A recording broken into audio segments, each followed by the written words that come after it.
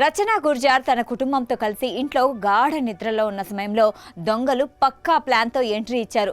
దొంగలు ముందుగా ఇంటి చుట్టూ ఉన్న భారీ ఫెన్సింగ్ నే కట్ చేసేశారు. తర్వాత చెక్క నిచ్చెన సాయంతో ఇంట్లోకి చొరబడ్డారు. అయితే ఇక్కడ ట్విస్ట్ ఏంటంటే దొంగలు కేవలం బంగారం, వెండి, క్యాష్ మాత్రమే కాదు, ఇంట్లో ఉన్న ఎనర్జీ డ్రింక్స్ కార్టన్ ను కూడా వదిలి వెళ్లకుండా పట్టుకెళ్లడం గమనార్హం. మొత్తం దొంగతనం విలువ 8 లక్షల నుంచి 10 లక్షల వరకు ఉంటుందని అంచనా.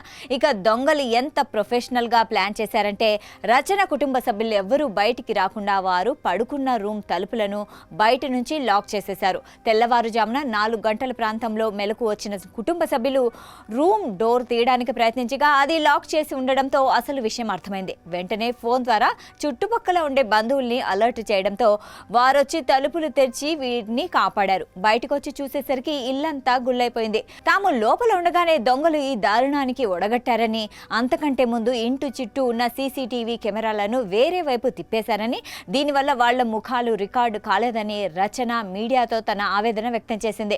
అయితే ఈ చోరీకి పాల్పడింది ఖచ్చితంగా ఆ గ్రామానికి చెందినవారో లేక చుట్టుపక్కల ఉంటూ ఆ కుటుంబంతో సన్నిహితంగా ఉండేవాళ్ళు అయి ఉండవచ్చని భావిస్తున్నారు.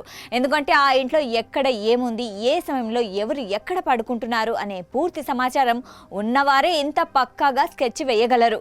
ఈ వైరల్ న్యూస్ కాస్త సోషల్ మీడియాలో హాట్ టాపిక్ గా మారడంతో నెటిజన్లు రకరకాలుగా స్పందిస్తున్నారు.